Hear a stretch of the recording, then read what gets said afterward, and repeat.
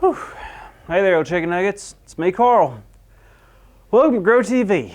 Welcome to Grow TV. Hosted by Carl, where we have fun with our friends, talk about Jesus, and go over everything the Bible has to offer. Now once again, welcome to Grow TV. Hey there, kiddos. It's good to see you. If you remember correctly, I accidentally locked myself in a museum. So I'm stuck here all day, hours. I'll tell you what, for the most part, it's been pretty cool. I've discovered the ocean section. I climbed up a T-Rex's bone nose. I even played Frisbee with a plate that was over 2,000 years old. And I still would have been playing with it if it wouldn't have broke, but oh well. But I'll be honest, I got a problem now. I am hungry. For real, I've been walking around this museum and I am shocked about all the things that are making me hungry. For example, do you know what a pyramid looks like? Basically 4 slices of pizza stacked against one another. Or an airplane, for example. If you squint your eyes just right, doesn't it look like 2 breadsticks just stacked upon one another? Golly, all this museum talk is just making my hunger and thirst even greater. Ah! Hey!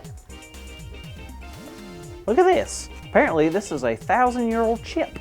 This thing was made on a boat by the Vikings. And I can imagine this thing tastes just about as it smells. But a man's gotta eat. Here we go.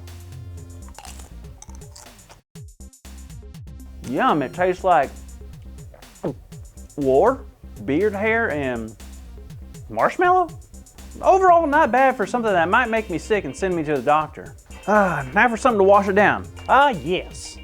Now apparently this bowl was made in Egypt hundreds of years ago. The water inside of it was there when they found it. So this water is super, super old. And they said right here that if this water is drunk, it could be deathfly.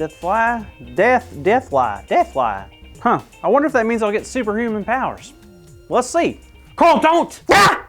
Whew, that was a close one, Carl. What are you talking about? Oh.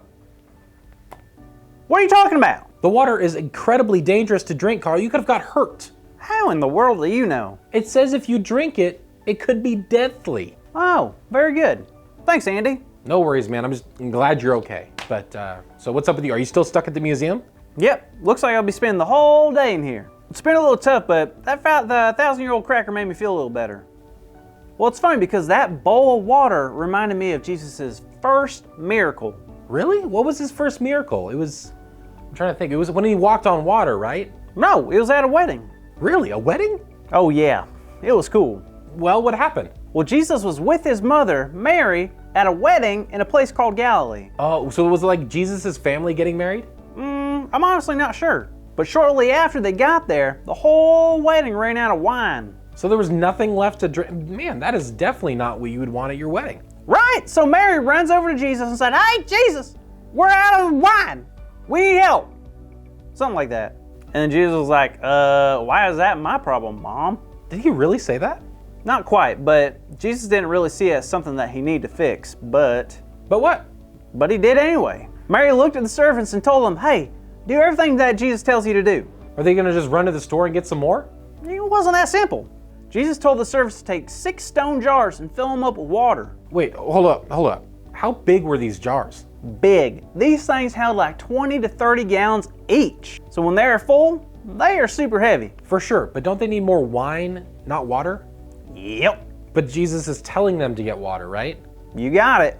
I'm confused. Well, this is where it gets awesome. They bring the water jugs back, they pull a little water out of it and take it whoever's in charge of the wedding, and guess what? He was confused too because it was still water? Nope. It was now wine. And they said it was better than what they had earlier. Jesus turned water into wine. Whoa, that's incredible. How did he do that? Because I'm not gonna lie, if I could turn water into chocolate milk, I'd probably be the happiest person alive. Well, the only way that Jesus was able to do that was because he had God's Spirit inside of him. Jesus was giving us a small sample of what God can do. Wow, just like Jesus transformed that water into wine, he could also transform our hearts into what God wants for us. Yes, and this is why it's one of my favorite stories. Also because it was a wedding, and weddings have cakes. Man, I'm hungry again.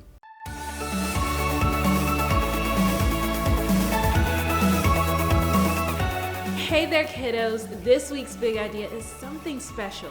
It's Jesus gives us a taste of God's power. So let's say it all together.